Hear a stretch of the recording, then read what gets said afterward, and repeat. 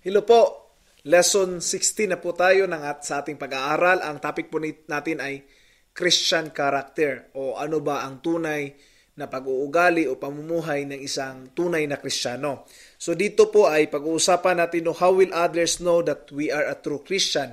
Pag-uusapan natin kung paano ba malalaman ang isang tao ay tunay ba talaga o tunay na Kristiyano. Pag-uusapan din po natin yung works of the flesh, mga gawa ng laman. At pag-usapan din po natin yung bunga ng banal na Espiritu Santo na kung saan tumutulong po sa atin upang ma-develop yung ating Christian character. Pag-usapan din po natin kung paano po tayo mamunga ng tama o mamunga ng mabubuting bunga dyan sa Panginoon. No? At atin din pag-uusapan kung paano nakakaapekto yung mabuting gawa natin para po sa paglago o para po sa development ng ating sarili o para po maiabot natin ang salita ng Panginoon at maging testimony tayo sa ibang tao.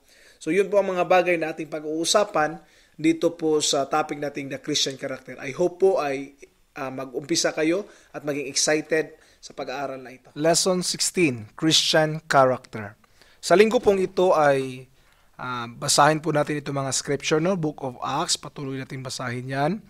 At the same time, i-memorize po natin yung key verse natin. Ang key verse po natin ay nasa Galatians chapter 5 verse 22 to 23. Ito po ang pagkasabi. But the fruit of the Spirit is love, joy, peace, long-suffering, gentleness, goodness, meekness, temperance. Against such there is no law.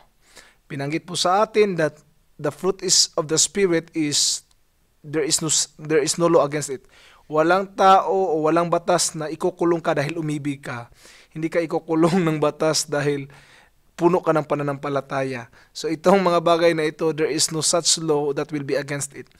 One of the most important question that we can ask is, what is the evidence or the proof that someone is a Christian or a true follower of the Lord Jesus Christ? Maraming nagkiklaim na siya ay Kristiyano, but hindi yan ang tunay na sukatan ng pagiging Kristiyano. Ang pag-aatin ng iglesia ay hindi po naghahatid ng isang Kristiyano na, no? At maaari sabihin nyo na, ano ba talaga ang tunay na sikatan bilang isang Kristiyano? Hindi po kung saan siya nagsisimba, hindi yan kung saan siya naging bahaging iglesia. Kung hindi, ito po ang sagot, no? Paano nga ba? Ang sagot po ay bunga. So yun po yung keyword, bunga. Malalaman natin ang puno sa pamamagitan ng bunga. Kung tunay siyang Kristiyano, makikita natin sa pag-uugali niya, makikita natin kung paano siya namumuhay. Mag-umpisa tayo dito sa isang first portion. No? How will others know that you are a true Christian? Matthew chapter 7 verse 16 to 20. Binanggit po sa atin dito. No? May mga blanco po sa inyong libro. So, ye shall know them by their fruits. Though men gather grapes of thorns or figs or thistles, even so every good tree bringeth forth good fruit, but a corrupt tree bringeth forth evil fruit. A good tree cannot bring forth evil fruit, neither can a corrupt tree bring forth good fruit. Every tree that bringeth not forth good fruit is hewn down and cast into the fire. Wherefore, by their fruits ye shall know them. Ano bang naisiparating dito ni Jesus Christ, no? Patungkol dito nga sa fruit at saka sa trees, no? Simple lang po, kung ano ang puno, siyang bunga. No, mapapatunayan natin. Their fruit or their way of lives, the way they live their lives is the result of their character. Yun yung fruits. The inward condition of a person is seen in their outward action. Kung mapapansin ninyo, ang taong masama, magnanakaw talaga yan kasi masama yung puso niya, no? People are either one of the two types, good tree or bad tree.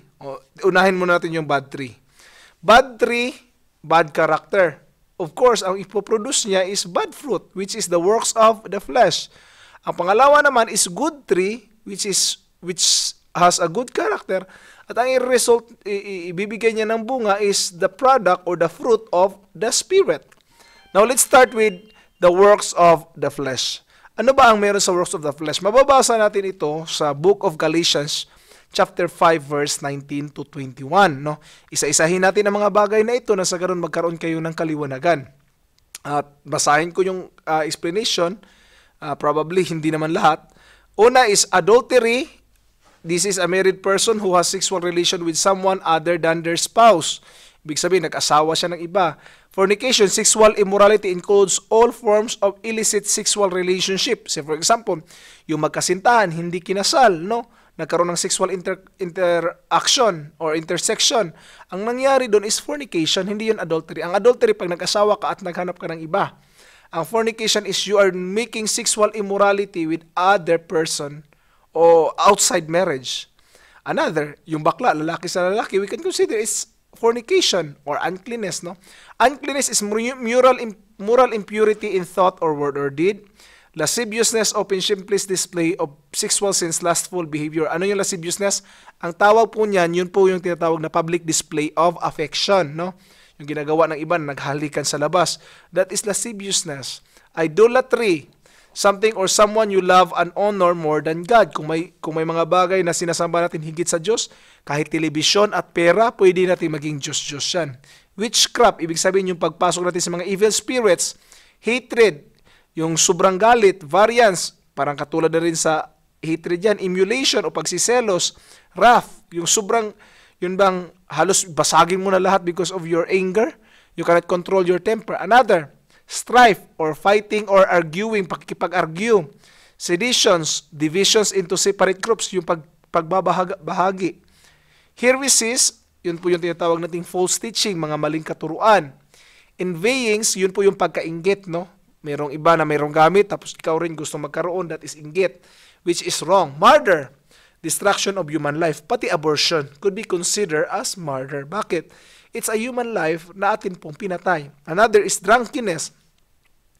Yung pag-inom po, no, ng mga strong drink. Kung kayo po mahilig sa beer o ano pa yan, tanduay, that is drunkenness, and which is not in the will of God. It's the lust of the flesh. Revealings or wild parties, yung pagkamahilig sa party. So be careful with that. So Paul concluded the list of works of the flesh with and such like, letting us know that this is only sampling of bad fruit. So ibig sabihin, yung mga binanggit natin sa taas kanina is just sample. Marami pang iba na dagdugtong dito, no? Hindi lang ito ang works of the flesh, marami pa. At yung makatulad niyan, ang sabi doon ay hindi makakapasok sa kaharian ng langit. Now, what is the antidote? The antidote is the fruit of the Spirit. Ano yung fruit of the Spirit? Mababasa natin din sa karugtong na mga verses. Love. Alam natin yung love, no? It's a desire to please God and to do good to our fellow man without expecting anything in return. Yun po yung tunay na pag-ibig. Pagbibigay ng walang iniisip na kapalit. Joy, yung inner happiness, because joy is within, no? Happiness is outside, no? Happiness is the expression of an inner joy. Kung masaya ka sa loob, you can express it in your face. You are happy as a result of having peace with God. Peace is the absence of conflict, a calm assurance that all is well and God is in control. Kahit meron pang gyera, pag meron kang peace, dahil naniniwala ka sa kapangyarihan ng Diyos, then you don't have to worry, no? That is the fruit of the Spirit. Long-suffering, patience towards others and the circumstances we find ourselves. Kung halimbawa may mga circumstances sa buhay natin na hindi maganda, long-suffering ay bibigay ng Panginoon. Hindi ka basta-basta magpapakamatay because you know that the fruit of the Spirit is long-suffering. Gentleness, kindness and courtesy in dealings with other people. You show kindness to them, no?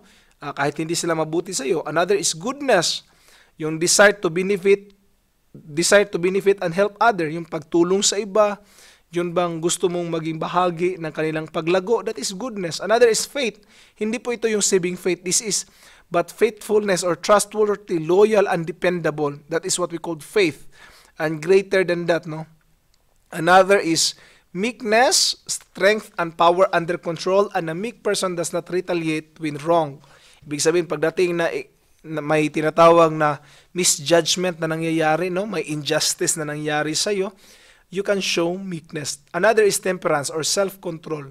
Kahit binubuli ka na, you can still control through the power of the Holy Spirit. So yun po yung tinatawag nating fruits of the Spirit. Number 1, Paul said the manifestation of Christ-like life was compared to observers reading the answer is epistle or letter, written not with ink but with the Spirit of God. So, ang mga tao nakatingin sa atin, we are the epistles read by the people. Tayo yung epistola, tayo yung sulat, no, na binabasa ng mga tao. Maaaring hindi sila nagbabasa ng Biblia, pero pag makita nila sa buhay natin ang pagbabago, then that is the sign that the Spirit of God is with us. Or that is the sign that the fruit of the Holy Spirit is manifested in us.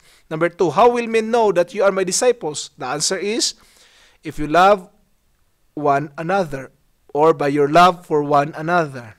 Kung iniibig mo yung kapatid, then the Lord can say, you are my disciple. Number 3, is it possible to profess to be a Christian but in your action deny Him? The answer is yes. Pwede mo sabing Kristiyano ako, pero sa ugali, hindi makikita. Yes, it's possible.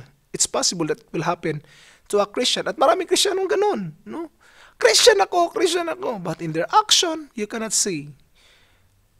Marami silang mga bagay na hindi magandang ginagawa which is opposed to the Word of God. Now, how to produce good fruit? Paano ba magkaroon ng good fruit?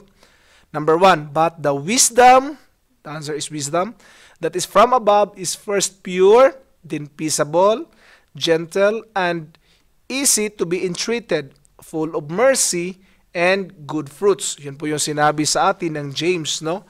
The wisdom that is from above, it will produce good fruit. It's not from us, but from above. So how can we help others become fruit-bearing trees? Letter A, we must desire the sincere milk of the Word.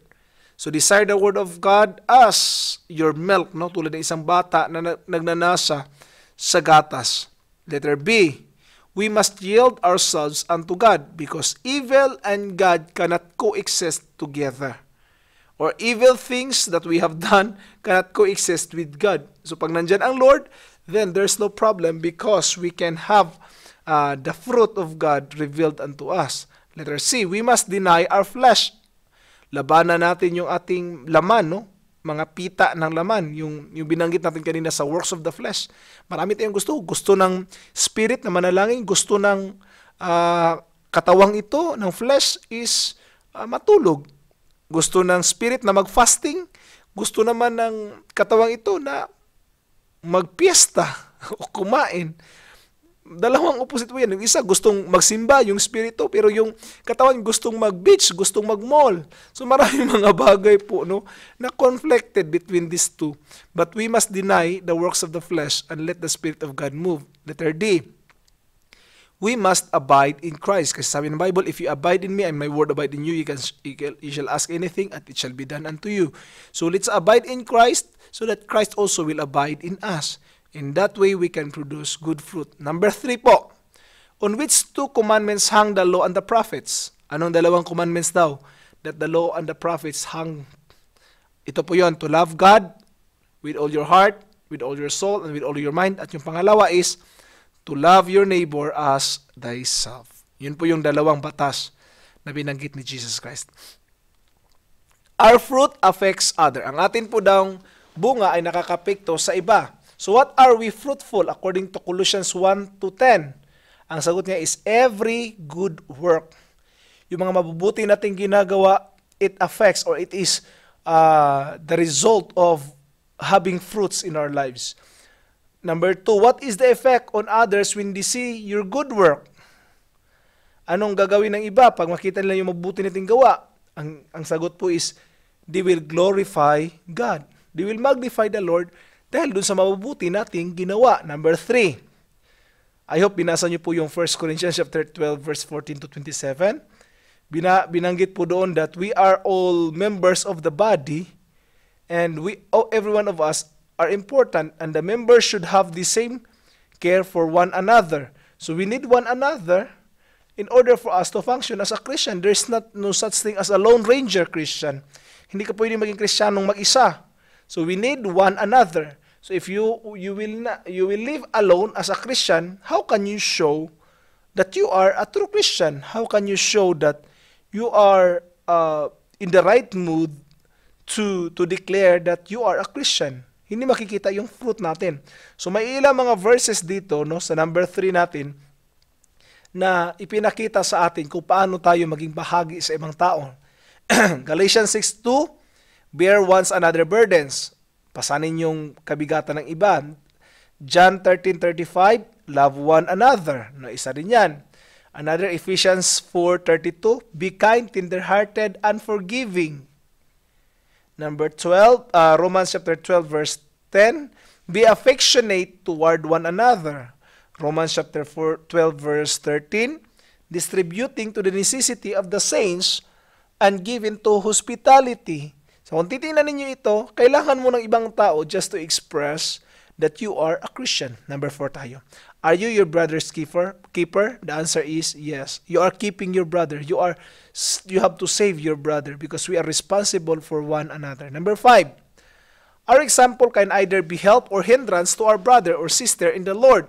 So maaring tayo ay maging hadlang o tayo magiging katuwang. Yun lang naman talaga eh. Dalawa lang eh. Kung hindi ka maging hadlang, ikaw ay katuwang. We should be careful that we don't become a stumbling block o katitisuran sa ating mga kapatid to give occasion for him to fall. So kung tayo na may naging katitisuran sa mga kapatiran, mag-ingat po tayo. Dahil may warning po ang salita ng ating Panginoon para sa atin. So we have to be careful with our attitude in dealing with other people. Number 6 tayo, no? List ways which you can be a good example to your brother. So ang Galatians chapter 6, ganyan. Anong binanggit doon? Ang sabi ng notes ko is being involved in church ministry. It means being part of the work of God. Hindi ka maging stumbling block niyan kung halimbawa you will involve your church, yourself in the church ministries. Sa 1 Timothy chapter 2 verse 9 to 10 naman, ang sinabi doon is, do not show yourself as, being showy, but dress modesty. Dress modesty. Now, Proverbs 17 is discourage gossip and being positive. Huwag tayo mag-gossip. So, yan yung mga ilang ways na tayo maging good example sa ating mga kapatiran. So, huwag tayo mag-gossip, huwag tayo mag-chismis. Yan po yung mahalaga. Isa yan sa mga magagandang ugali. Now, lest other ways na maging stumbling block naman tayo, katitisuran sa iba. Romans 14:21, yung pag-inom ng alak.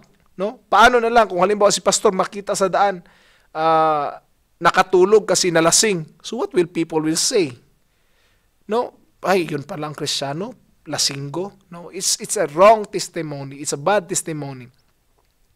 Proverbs 11:22. Iwasan din yung pagsuot ng mga damit na nakakakuha ng atensyon o yung bang nag-arouse ng sexual attention, no? Which is very wrong. Hebrews chapter 10 verse 25, at sinabi naman doon yung pag hindi tayo umaten sa church activities, hindi tayo umaten, no? Unfaithful tayo sa gawain sa iglesia, then we become stumbling block. Mag-invite ka, simba tayo. Ikaw nga, nung nakarang linggo, hindi ka nga nagsimba eh. Di ba? We become a stumbling block. So we have to be careful with our Christian character.